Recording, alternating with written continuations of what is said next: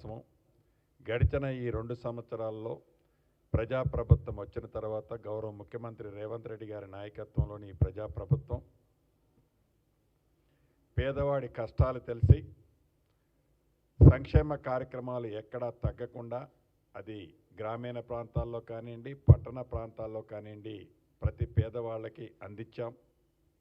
అభివృద్ధిని కూడా రాష్ట్రం ఆర్థికంగా ఆనాటి ప్రభుత్వం కొల్లకొట్టింది అని బట్టి గారు కానీ గౌరవ ముఖ్యమంత్రి గారు కానీ చేతులు చూపించకుండా వీలైనంత అభివృద్ధిని సంక్షేమాన్ని 2 కళ్ళల ఈ రాష్ట్ర ప్రభుత్వం ముందుకు తీసుకుపోయింది. కాబట్టే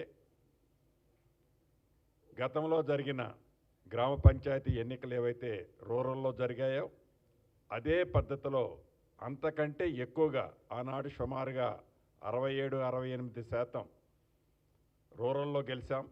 కాంగ్రెస్ పార్టీ బలపరిచిన అభ్యర్థుల్ని ఈనాడు పట్టణ ప్రాంతంలో కూడా 71-72% ఇప్పటికే ఇందాక బట్టి గారు చెప్పినట్లు కాంగ్రెస్ పార్టీ బోర్డుల్ని కైవసం చేసుకోవటం జరుగుతుంది. ఇది మరింత పెరిగే అవకాశం ఉంది. ఏదైతే కేంద్రంలో 12 సంవత్సరాలు పరిపాలించిన ప్రభుత్వం కానివ్వండి బీజేపీ ప్రభుత్వం, రాష్ట్రంలో ఆనాడు 10 సంవత్సరాలు ధనిక తెలంగాణ రాష్ట్రంలో ఉన్నప్పుడు పరిపాలించిన తీరు కానివ్వండి, గడిచిన 2 సంవత్సరాల్లో తెలంగాణ రాష్ట్రంలో కాంగ్రెస్ ప్రభుత్వం వచ్చిన తర్వాత ప్రజల పట్ల చూపించిన శ్రద్ధ, ప్రజల పట్ల చేసే సంక్షేమ అభివృద్ధి కార్యక్రమాలు పూర్తిగా పట్టణ ప్రాంతంలో అదే రకంగా రూరల్ ప్రాంతంలో కూడా కాంగ్రెస్ పార్టీని మరింత బలపరిచారు. ఏదైతే సుమారుగా 85 నియోజకవర్గాల్లో ఈనాడు అర్బన్ ఎన్నికలు జరిగాయో సుమారుగా 68 నియోజకవర్గాల అసెంబ్లీ నియోజకవర్గాల్లో కాంగ్రెస్ పార్టీని పూర్తిగా దీవించడం జరిగింది. దీంతో పాటు అదనంగా పూర్తి విశ్వాసం నమ్మకం ఉండటానికి పదే కేంద్ర ప్రభుత్వం బీజేపీ ప్రభుత్వం 12 సంవత్సరాలు చేసిన పరిపాలన, ఆనాడు 10 సంవత్సరాల దొరల పరిపాలన తెలంగాణ రాష్ట్రంలో చేసిన పరిపాలన, 2 సంవత్సరాల్లో ప్రజాప్రభుత్వం చేసిన పరిపాలనని కంపేర్ చేసుకుంటే తెలంగాణ రాష్ట్ర ప్రజలు అటు అర్బన్ ఇటు రూరల్లో కూడా పూర్తి ఆశీర్వాదం తక్కిందని చెప్పక తప్పదు. ఏదైతే 10 సంవత్సరాలు పరిపాలించిన ఆనాటి మంత్రులు అసెంబ్లీలో ఓడిపోయిన తర్వాత మా రెఫరెండము పార్లమెంటు ఎన్నికలు అన్నారు.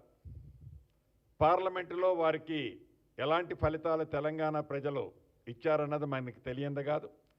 పార్లమెంట్ ఎన్నికలు అయిపోయిన తర్వాత ఏవైతే బై ఎలక్షన్ వచ్చాయో జూబ్లీ హిల్స్ బై ఎలక్షను, ఇది మా పార్టీకి రెఫరెండం అన్నారు. అక్కడ ఏం ఫలితాలు వచ్చినాయో వారికి తెలుసు. అది అవటంతోనే గ్రామ పంచాయతీలు మా రెఫరెండం అన్నారు. గ్రామ పంచాయతీలు తీర్పు వచ్చిన తర్వాత అది కాదు ఇది కాదు, మాకు పట్టణ ప్రాంతాల్లో పూర్తి గ్రిప్ ఉంది, పట్టణ ప్రాంతాల్లో మా సత్తా ఏంటో చూపిస్తామని చెప్పారు. పట్టణ ప్రాంతాల్లోకి వచ్చిన తర్వాత గ్రామీణ ప్రాంతంలో గ్రామ పంచాయతీల్లో ఇచ్చిన తీర్పు కంటే అదనంగా 6-7% ఇప్పటి వరకు వచ్చిన ఫలితాలను బట్టి 6-7% అదనంగా పట్టణ ప్రాంత ప్రజలు కూడా కాంగ్రెస్ పార్టీని దీవించారు. ఈ సెమీఫైనల్స్ అని వారే అన్నారు. ఈ సెమీఫైనల్స్లో కూడా ఓడిపోతున్నామని గ్రహించి ఈరోజు ఉదయం కౌంటింగ్ స్టార్ట్ అయిన దగ్గర నుంచి నో మాకు ఇది కాదు, ఏదైతే గ్రేటర్ హైదరాబాద్ ఉందో ఈ గ్రేటర్ హైదరాబాద్ మాకు రెఫరెండం అని 1 by 1 అట్లా షిఫ్ట్ అవుతూ వారి కార్యకర్తల్ని ఇంకా ప్రజల్ని మభ్యపెట్టే తీరు చూస్తుంటే ఆశ్చర్యం అనిపిస్తుంది. ఈరోజు కూడా వారు ప్రెస్ ముందు మాట్లాడుకుంటూ ఇంకా ఏదో వారు అద్భుతాలు చేశాము, అబ్బా మాకేమొచ్చాయని చెప్తున్నది చూస్తుంటే నవ్వొస్తుంది. ఏది ఏమైనా ఈ ప్రభుత్వానికి ఇందాక బట్టి గారు చెప్పినట్టు మరింత బాధ్యత పెరిగింది. తప్పకుండా గౌరవ ముఖ్యమంత్రి రేవంత్ రెడ్డి గారి నాయకత్వంలోని ఈ ప్రభుత్వం, కాంగ్రెస్ ప్రభుత్వం బాధ్యతాయుతంగా మాటలతో కాకుండా చేతలతో ఇచ్చిన ప్రతి కార్యక్రమాన్ని, ఇచ్చిన ప్రతి హామీని తూచా తప్పకుండా ప్రజలకి అందిస్తున్నాం కాబట్టే పూర్తి దీవెనలు ప్రజల నుంచి అందాయి. దాన్ని గుర్తుపెట్టుకొని మరింత బాధ్యతతో ఈ ప్రభుత్వం ముందుకు నడుస్తుందని కూడా మీ ద్వారా రాష్ట్ర ప్రజలకి, ముఖ్యంగా ఇప్పుడు ఎన్నికలు అర్బన్లో వచ్చాయి కాబట్టి అర్బన్లో ఉన్న ప్రజానికానికి మనస్ఫూర్తిగా కృతజ్ఞతలు చెప్తూ సెలవు తీసుకుంటున్నాను. కొత్తగూడెం ఓడిపోలేదు. కొత్తగూడెం అనేది అక్కడ ఫ్రెండ్లీ కాంటెస్ట్ చేశాం. ఇద్దరికి కలిపి సుమారు 45 వచ్చాయి. అది ఓటమి కాదు, ఫ్రెండ్లీ కాంటెస్ట్ చేశాం. వారు మా మిత్రపక్షం. సరే, అసలు కేటీఆర్ గారు మాట్లాడే మాటలు నేను చెప్పడం కాదు, మీరే చెప్పాలి. వారు మాట్లాడే మాటలు, వారు మాట్లాడే తీరు, వారి ప్రజల్ని మభ్యపెట్టే తీరు మనం ప్రత్యక్షంగా చూస్తున్నాం. ఇంకా కింద పడ్డా కూడా నేనే పై చెయ్యనే మాట్లాడే ఆ తీరు చూస్తుంటే ఇందాక మీకు చెప్పినట్టు హాస్యాస్పదంగా ఉంది.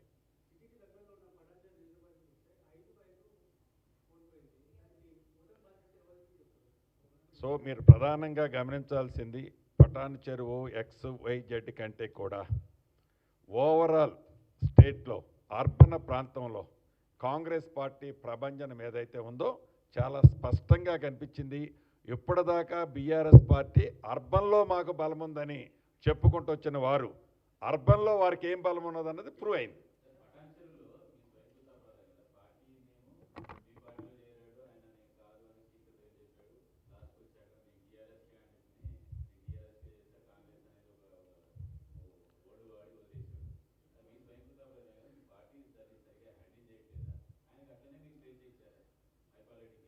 ఇది కాంగ్రెస్ పార్టీ అనేది ఒక మహావృక్షం. ఏదో ఒక నియోజకవర్గాన్ని బేస్ చేసుకోనో, ఒక మండలాన్ని బేస్ చేసుకోనో, ఒక లీడర్ని బేస్ చేసుకోనో కాంగ్రెస్ పార్టీ నడవదు. అలా నడిచే సంస్కృతి ఉండదు. ఈ కాంగ్రెస్ పార్టీలో డెఫినెట్గా స్వేచ్ఛ ఎక్కువ. మిగతా పార్టీలాగా వారికున్న వ్యవహారం ఈ కాంగ్రెస్ పార్టీలో ఉండదు. స్వేచ్ఛగా ప్రతి మనిషి తన మనసులోది, చిన్న కార్యకర్త నుంచి ముఖ్యమంత్రి వరకు స్వేచ్ఛగా మనసులో చెప్పుకునే స్వేచ్ఛ ఏకైక పార్టీ కాంగ్రెస్ పార్టీలో ఉంది.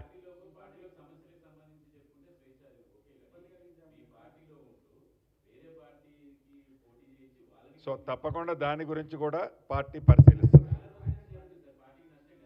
పార్టీ దాని గురించి కూడా పరిశీలిస్తుంది.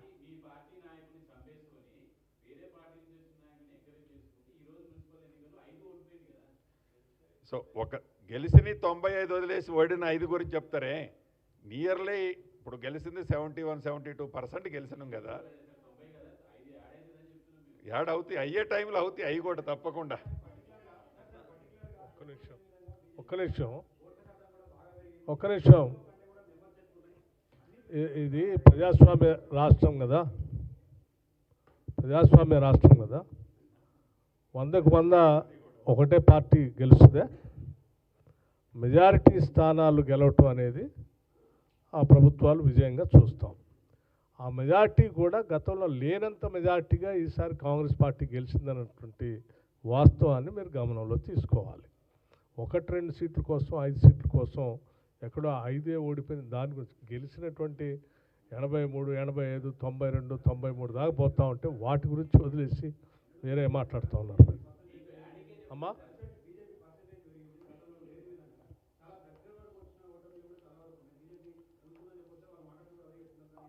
అలా ఏం లేదు. మీరు ఒక విషయం గమనించాల్సింది ఏంటంటే, ఇప్పుడే శ్రీనివాస్ రెడ్డి గారు చెప్పినట్టు ఆనాడు సాధారణ జనరల్ ఎన్నికలు జరిగిన 23లో కేవలం అసెంబ్లీలో ఇన్నే సీట్లు గెలిచారు కదా, ఏదో ఫ్లూక్లో గెలిచారు, ఏం జరుగుతుందిలే, మళ్ళీ ఎన్నికలు జరిగితే మొత్తం మేమే అన్నారు. పార్లమెంట్ ఎన్నికలు జరిగినాయి, చూశారు. పార్లమెంట్ ఎన్నికలకు వచ్చేవారికి ఏం లేదు, 0 వచ్చేసి. అట్లాగే వారు చెప్పినట్టు అర్బన్ సెంటర్స్లో ఏం లేదు కాంగ్రెస్ పార్టీకి, అంత రూరల్లో గెలిచారు, ఏడ గెలవలేదంటే ఏడ కంటోన్మెంట్ ఎన్నిక జరిగినా, జూబ్లీస్ జరిగినా కాంగ్రెస్ మళ్ళీ గెలిచింది. ఈ రెండే కాదు, రేపొద్దున గ్రామ పంచాయతీ ఎన్నికలు జరిగితే అయిపోతారని చెప్పారు. గ్రామ పంచాయతీ ఎన్నికల్లో ఏమైంది చూశారు.